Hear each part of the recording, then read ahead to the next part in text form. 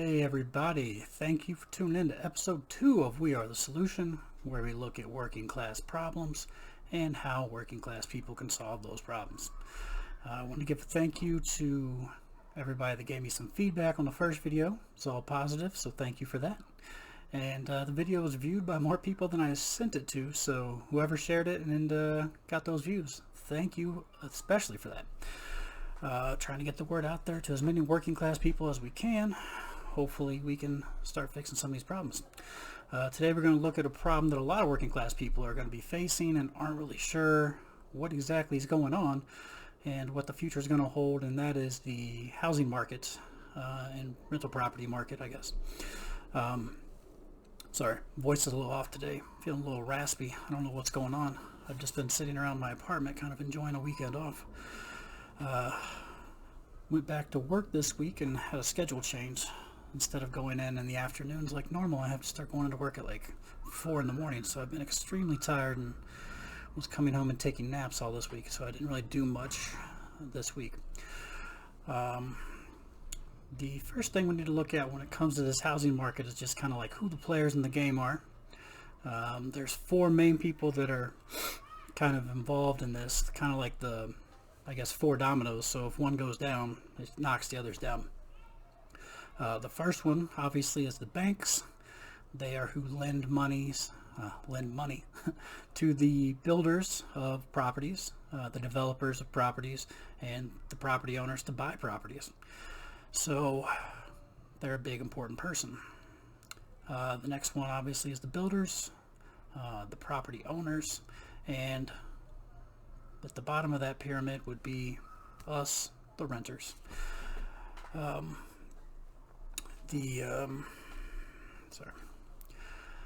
The big talk right now is about either suspending rent or canceling rent.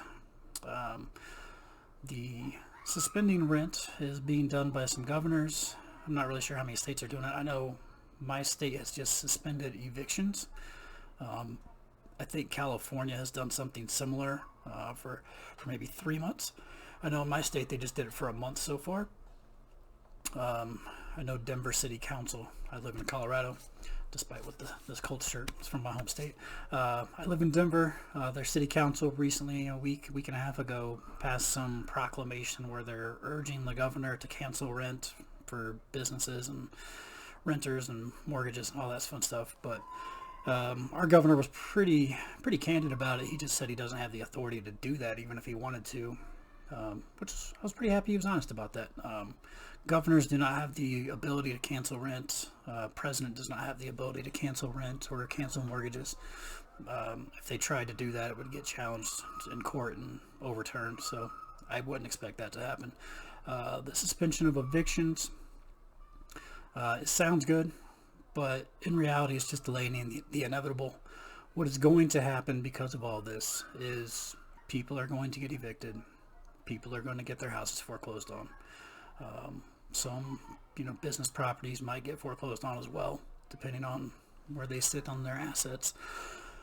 So instead of trying to basically stop the inevitable, I think we just need to embrace that it's going to happen and kind of prepare for the aftermath of it. And what do you do from there?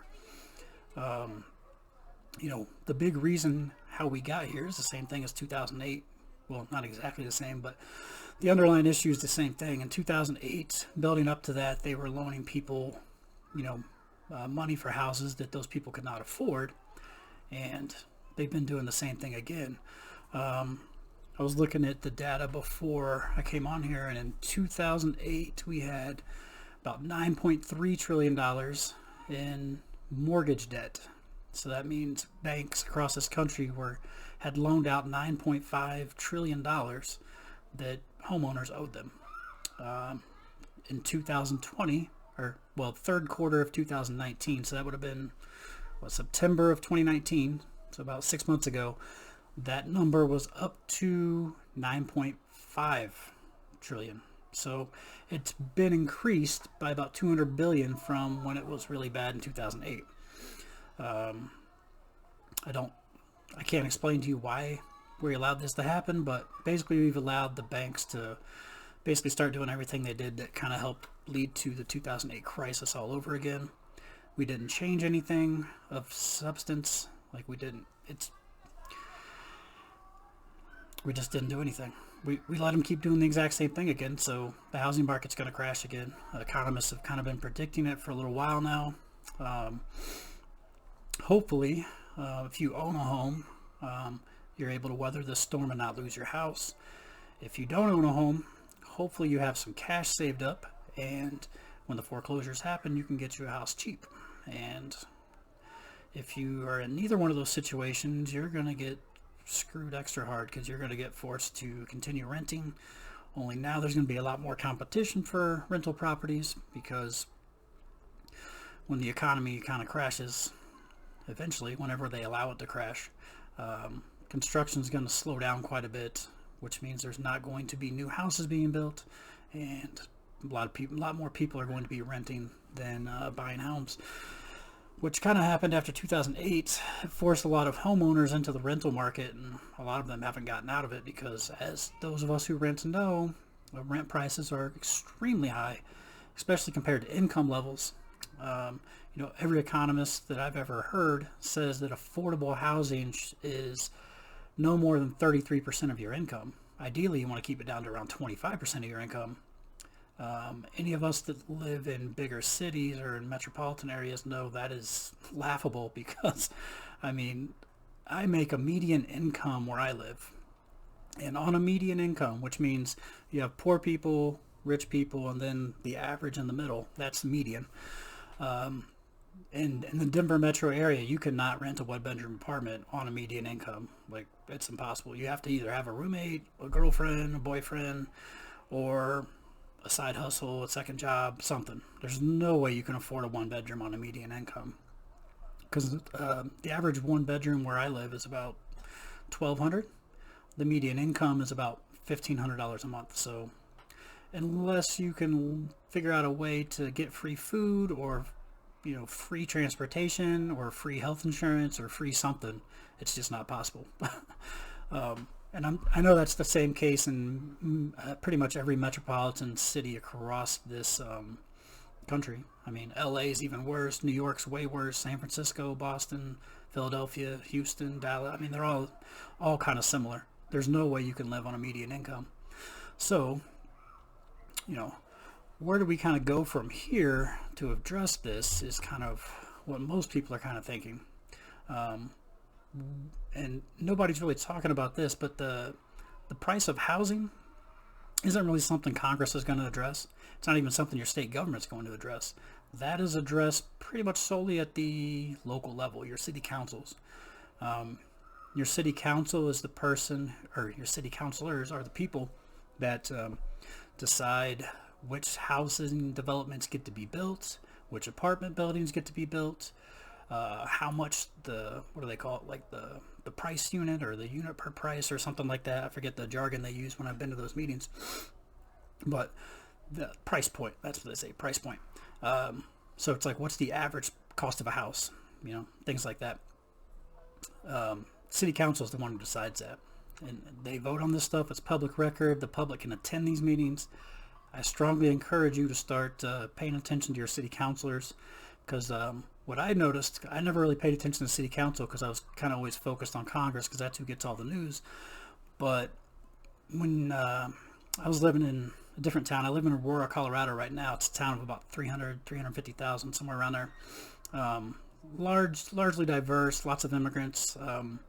I used to live in Arvada, Colorado, which is on the complete other side of Denver, over by the mountains. It's a town of about 120,000. But there was this deal in the paper that kind of got me paying attention to local politics, and really opened my eyes to the role they play in housing costs.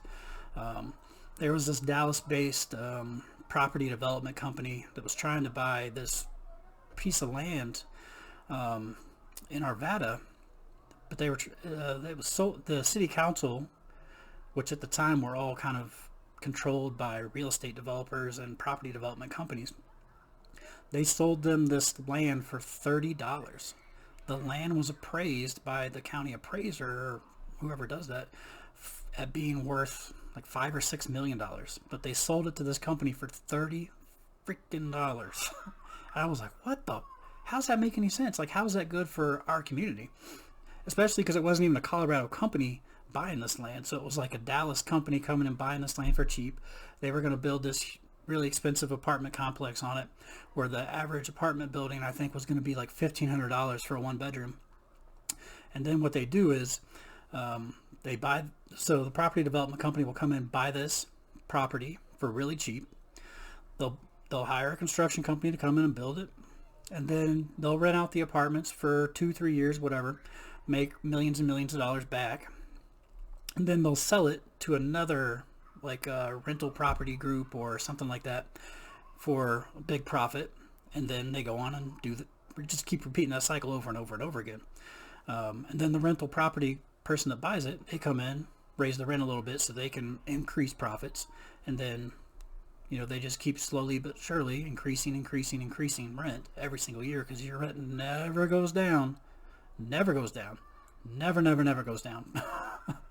Here a few years ago, I was meeting with some Democrats in the state house, talking to them about like the rental properties and just being too expensive, and what their solution was.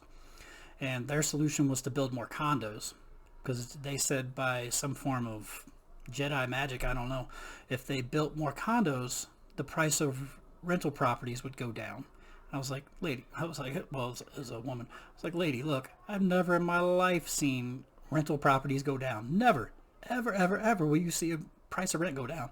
Maybe when this Great Depression hits, it might happen for the first time ever, but I've never in my life seen rental properties go down in cost. Like, never have I seen it. Same with houses. Like, when do houses go down? Other than the 2008 crash, and then they just start going right back up, which is kind of where the problem is. We as working class people need to understand one thing. Housing is a basic life need, kind of like clothing, food, stuff like that. It's not an investment opportunity. It's not your retirement.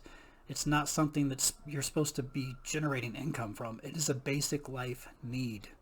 Like, if you saw working class people all around you unable to feed themselves on a median income, or unable to clothe themselves on a median income, you would be like, this is a fucking problem. Like, we got to do something about this.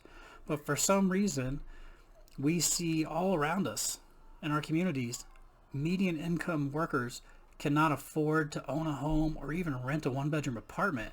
And we just like, who cares? No big deal. Because if you own a home, you don't give a fuck about renters, because all you're worried about is just seeing your housing price go up. That's all you care about. And if you're a renter, I don't know what the hell we're doing. Renters need to get in the game, because we're just getting like really shafted, because we're just handing these people like millions of dollars. Like, the place I live in is former military housing. It's probably about 300-400 apartments. So every single month we are handing these people about $500,000 in rent. What do they do for it? Nothing. They're not doing anything. They don't fix the property up. It's really run down and crappy. I mean, I've had multiple shootings since I've been here. The laundry facilities are so disgusting I can barely use them. And, these apartments are just falling apart, got bugs, got rats. But what are you going to do when you don't make any money? You just look for the cheapest place you can find. But, I mean, we got to get our head in the game and realize what's going on. And your city council is where you solve these problems with housing. And the good thing about it is it's a lot easier to A, get FaceTime with your city councilor, and B, get them to kind of pay attention. And C, if they're not doing that, it's easier to replace them than it is a congressman or a senator or a state rep, because a lot of these city council races people don't even really pay attention to or vote in. Like, when I lived in Arvada, it's a city of 100,000 people. I remember the person in my district won with like, there were maybe like 4,000 or 5,000 people total that voted. So it's a lot easier to do that than when you're trying to flip a Congress member who's, getting maybe 100,000 votes or a lot more. So your city council people, though, the main thing you got to look out for with them is, it's easy to kind of tell like who you need to get rid of, is look at who is funding them. It's public record. Usually the paper is going to at least do one story about this, kind of comparing like how much funds these people are raising, and when it comes time for elections, and like who their donors are. I know in Aurora, where I live now, we just had a pretty monumental city council race last November, where we had 3 progressive challengers kind of run on a independently, well, not independently, like a basically grassroots campaign, and we had a mayor run too. The mayor just barely lost. It was like by less than 1%. It was like, God, it was so heartbreaking, because they would completely change like our city council votes and the way city council would be running. But he barely lost by like less than 1%.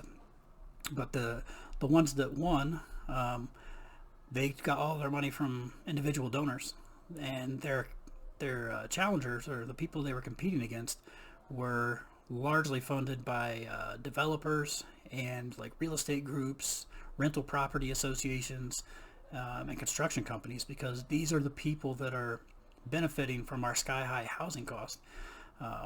And these are the people that, you know, are paying our politicians to vote against us. So the number one thing with your city council people is look at who is funding them.